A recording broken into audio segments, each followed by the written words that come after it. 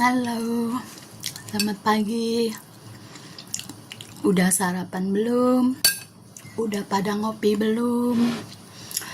Saya doakan yang sedang melihat video saya ini dalam keadaan sehat, bahagia, berlimpah rezeki, dan dimudahkan di setiap kesulitan dan kesusahan hidup ya.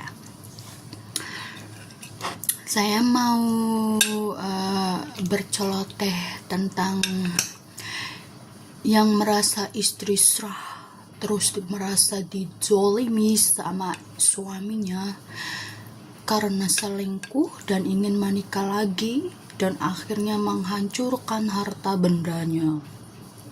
Gini loh, menurut pandangan pikiran saya, di dalam negara kita perselingkuhan itu sudah diatur dalam undang-undang hukum. Ingat, selingkuh itu ada hukumnya, ada aturannya. Jadi jangan macem-macem bagi laki-laki yang suka selingkuh, apalagi itu udah sah menjadi suami istri ya. Wanita dinikahkan oleh laki-laki, wanita yang menikah dengan laki-laki atau laki-laki yang menikah dengan perempuan, menikah ini dalam konteks di sini ialah di daerah saya itu ada dua, Panaib dengan Palebe. Itu bagi umat Islam ya, bagi yang percaya dengan keyakinan agama Islam. Panaib berurusan dengan hukum yang berlaku di negara kita, yaitu undang-undang kemasyarakatan ya, hukum. Palebe itu khususnya kepada rohani kita ya, karena saya ini beragama Islam. Bagi yang beragama Islam itu ya jalurnya Panaib. Yang nggak tahu ya agama lain saya nggak tahu, karena saya nggak terlalu kepo dengan bagaimana peraturan agama lain dalam mengikat antara perempuan dan laki-laki untuk menjadi suami istri ya. Tapi menurut pengalaman saya, di daerah saya itu punya adat dan punya ketentuan kalau laki-laki dan perempuan ingin bersatu dalam konteks berumah tangga, istilah suami istri itu, maka dihadapkan para saksi kerabat-kerabat atau keluarga terdekat atau tetangga, saudara ya, datang berkumpul.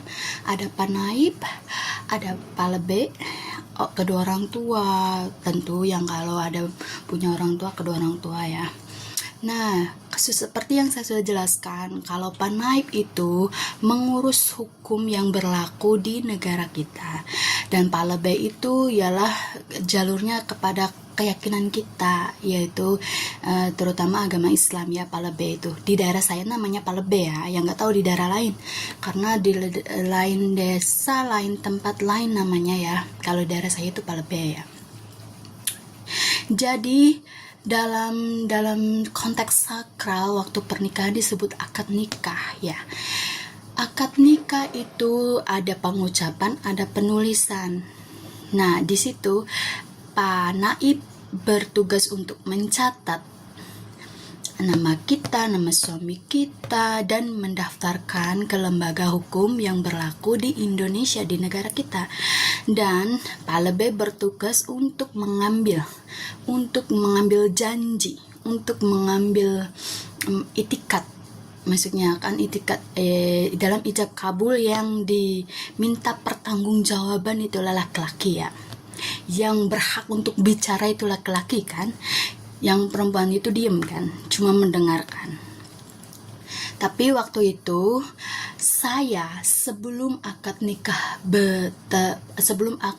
dilakukan, Palebe memegang tangan saya terlebih dahulu untuk mengangkat sumpah saya, agar saya itu menjadi nanti kelak kalau sudah menikah akan menjadi istri yang baik, akan menjaga martabat diri sendiri gitu ya, sampai saya menangis waktu itu ya, nggak tahu mungkin saking terharunya atau apa, saya nangis waktu sebelum suami saya diijab kabul sama Pak Lebe itu ya.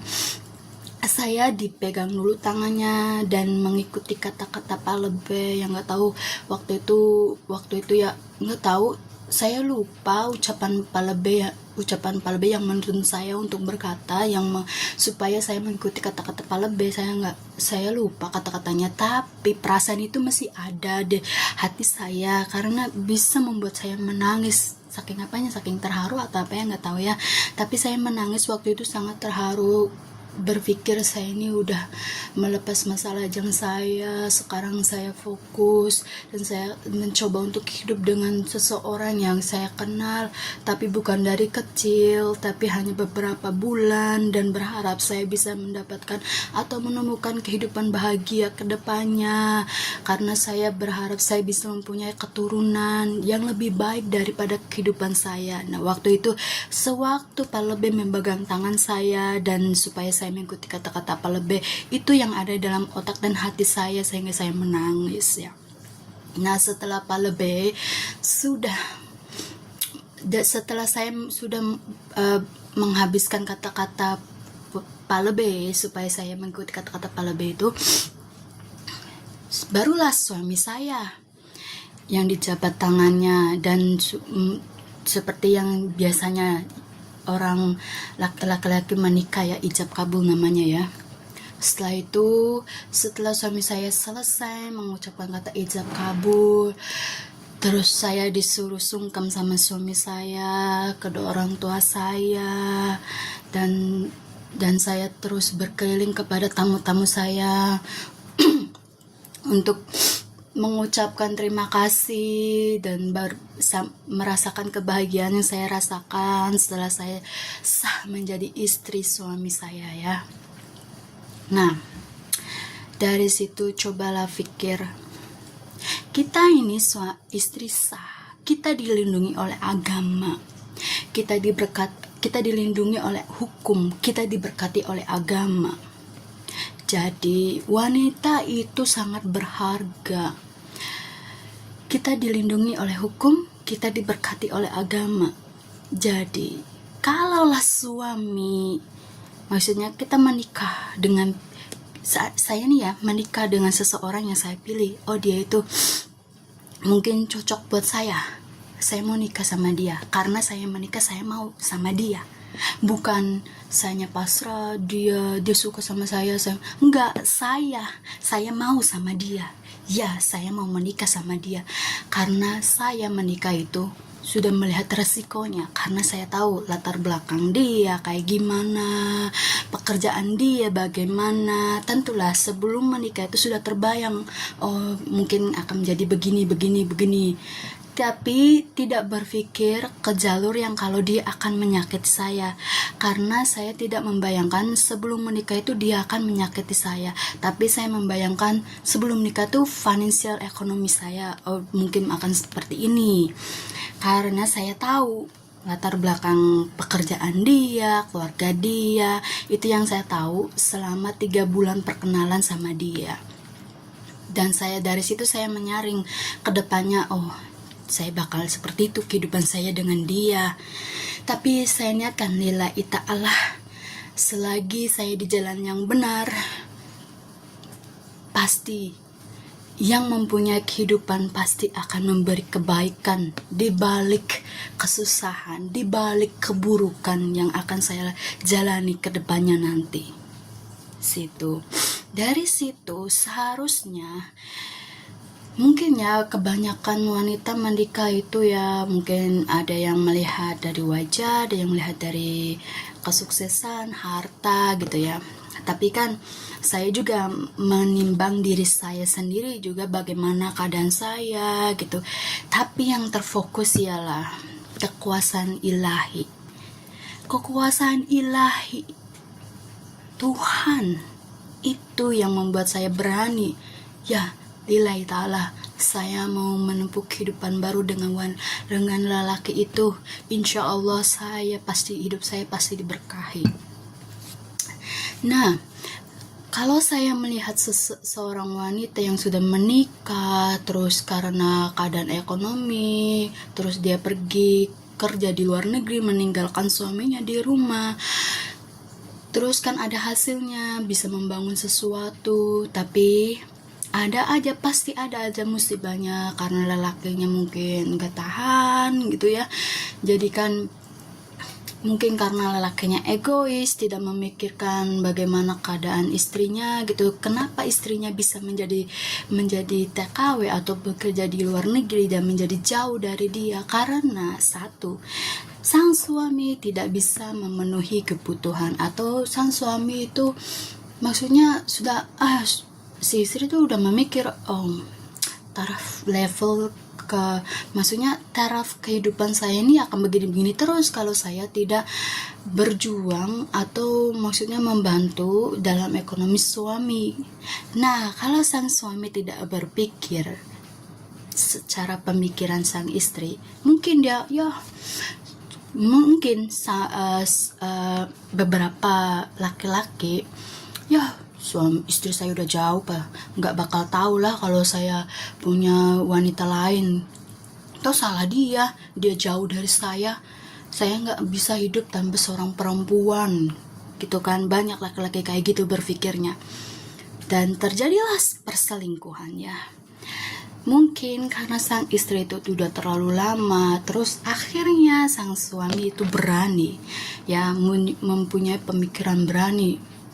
Salah siapa, dia jauh dari saya. Akhirnya bawalah si istri selingkuhan itu, karena sudah nyaman dengan selingkuhannya, akhirnya dibawalah ke rumah yang hasil jerit payah bekerja istri sah di luar, di negara orang, agar mempunyai tempat hidup yang layak untuk suatu saat berharap sang istri sah itu bisa nanti ketika maksudnya sudah tercapailah target apa yang dituju, dia pergi ke luar negeri itu sudah selesai dan mau hidup bersama lagi dengan suaminya, tapi sang suami malah mendatangkan wanita lain dan melakukan sesuatu yang di luar jangkauan istri sah. Mbak, sebagai siswa tenang, kita dilindungi hukum, sabar. Jangan hancurkan harta benda yang sudah kita kumpulkan selama berhari-hari, berbulan-bulan, bertahun-tahun hanya karena nafsu kita yang merasa tidak adil. Kenapa saya bekerja keras di luar negeri sedangkan suami saya malah enak-enakan dengan wanita lain? Tenang, Mbak, sabar, saya punya solusi. Dalam pernikahan, jika lelaki atau perempuan selingkuh, bisa dijerat hukum, bisa dimasukkan ke penjara. Ya, dengarkan sini, Mbak, yang berprofesi sebagai TKW khususnya ya, yang bekerja di luar negeri, yang sangat amat percaya pada suaminya, tetapi malah dikhianati oleh suaminya karena melakukan perselingkuhan. Tenang, Mbak, apalagi dengan terang-terangan suaminya itu membawa selingkuhannya masuk ke dalam rumah dengan jerit payah, tenaga, waktu yang sudah dikorbankan untuk mendapatkan sesuatu itu ya. Tenang, Mbak, ada hukumnya. Tinggal kita suruh seseorang, kita kan masih di luar nih, Mbak ya, kita masih di luar, kita suruh seseorang, kalau iya benar kita suruh dia pantau, kalau iya benar dia memasukkan seseorang ke dalam rumah hasil jerit payah kita bersama, berharap suami bisa menjadi lelaki yang baik, tapi tidak bisa. Kita minta dengan seseorang, bayarlah, kasarnya kita bayar dia lah untuk jadi mata-mata suami Anda. Kita suruh dia supaya pantau, bila perlu foto atau buat video sebagai bahan bukti ya. Tapi foto dan videonya itu harus jelas, Mbak, supaya nanti kita bisa bisa membeli jasa pengacara ya. Jadi kan, Mbak, hidup tuh ada hukumnya. Jangan sampai batin kita udah rusak, di dalam hati kita udah rusak karena pengkhianatan suami. Jangan sampai maksudnya bukti dari pengorbanan kita kayak rumah atau apalah dihancurkan. Bukan rumah atau sesuatu yang sudah kita buat dengan menggadaikan waktu kita tuh dihancurkan, bukan, tapi si manusianya yang kita hancurkan. Bukan harta benda kita, tapi manusia itu yang kita hancurkan dengan cara hukum. Seret mereka ke penjara. Itu juga sudah impas ya. Coba deh cari tahu, memang ada hukumnya. Kalau kita punya barang bukti, kita bisa seret itu selingkuhan dengan suami ke dalam jeruji penjara. Ya, jadi nggak usah kita buang-buang tenaga terus kita menghancurkan bangunan itu, nggak usah. Tinggal kita fokus kerja, hasilin banyak duit. Kalau ya ketahuan suami Anda tidak sudah berkhianat, sudah jelas-jelas membawa selingkuhannya atau sampai meminta untuk menikah, menikah kalau tidak ada izin dari istri pertama. Hukum di negara kita tidak mengizinkan loh Mbak. Agama Islam tidak mengizinkan menikah. Memang ada dua ya di negara kita itu untuk Islam ya, ada nikah siri dan ada nikah secara hukum ilegal. Yakni ilegal itu yakni antara pemerintah itu tahu, bisa mendata kita secara resmi bahwa kita dengan suami kita terdaftar di dalam lembaga kepemerintahan negara kita ya. Tapi kalau menikah secara kiai atau secara siri itu antara kiai saja dengan laki-laki dan perempuan, tapi tidak terdaftar di hukum. Kita bisa seret dia Mbak, kita bisa seret mereka ke jeruji penjara. Jadi itu ya, jadi perempuan tuh jangan blow on banget ya. Kita sudah terbang ke luar negeri itu udah pinter, udah mentalnya udah sekuat baja, udah ninggalin orang-orang dan percaya masa depan kita itu pasti akan lebih baik gitu. Dan jangan simpanlah air mata, kita harus kuat, kita harus cari dan menggali informasi sebanyak mungkin, walaupun sambil bekerja, sambil menimba ilmu. Jadi kalau ada suatu saat ada ting bating ya, yang diharapkan kita tuh ya baik-baik saja ya antara kita dengan suami dan tidak ada permasalahan apa-apa. Jangan sampai terlibat ke arah perselingkuhan yang nyata, yang jelas dipertontonkan oleh suami kepada publik bahwa dia membawa seorang perempuan masuk ke rumah dan melakukan sesuatu di luar jangkauan, bahkan sampai mengucapkan kata-kata saya mau menikah lagi. Itu sudah fatal ya. Jadi sebagai perempuan itu harus pandai ya, apalagi dari laki-laki sudah tidak bisa mencukupi tentang masalah ekonomi aja, itu sudah di luar jangkauan perempuan ya. Ya kalau mbaknya nerima gitu ya, udah nggak apa-apa, sang suami tuh dapat kerjanya segini doang, levelnya gini, banyak menerima, udah diem di rumah ngelayanin dia gitu kan. Apa yang suami dapatkan terima, bagaimana keadaan suami, bagaimana ekonomi yang didapatkan terima, diam duduk di rumah, itu lebih baik. Tapi kalau sebagai istri sudah berniat, udah bertekad, oh saya mau pergi ke luar negeri, saya mau merubah hidup saya membantu suami saya, itu dari situ udah mulai membuat jalur dua arah ya, antara suami sejalur dengan pemikiran Mbak dan bertahan sampai Mbak itu pulang dari luar negeri dan hidup bersama lagi, ataupun suami melenceng ke arah lain karena nafsu dan bisa menahan diri dan tidak bisa menahan sendiri gitu. Tapi melenceng ke arah lain, tapi Kalau suami Mbak tuh masih sayang, cinta, dan ingin hidup bersama lagi, suatu saat dengan Mbak tuh melencengnya mungkin tidak ingin dipertontonkan, diperlihatkan di mata umum ya, mungkin diam-diam gitu ya. Jadi tidak ada bukti. Tapi kalau suami sudah melenceng terus dengan jelas-jelas dan terang-terangan membawa aib dia masuk ke rumah yang sudah Mbak dan suami Mbak perjuangkan, itu sudah tak bisa dimaafkan dan bisa menjauhi dan bisa menyeret mereka ke dalam jalur hukum. Jadi pesan saya dalam video ini, semangat yang sedang bekerja di luar negeri, khususnya ibu-ibu yang sedang bekerja di luar negeri, yang berharap bisa kehidupannya lebih baik, karena seorang wanita yang sudah bertekad meninggalkan anak, suami, dan bekerja di luar negeri itu udah benar-benar harus kuat ya. Dan sekian cerita dari saya. Jadi kita sebagai perempuan itu harus pinter, harus tahu hukum. Jadi jangan mengandalkan nafsu ya.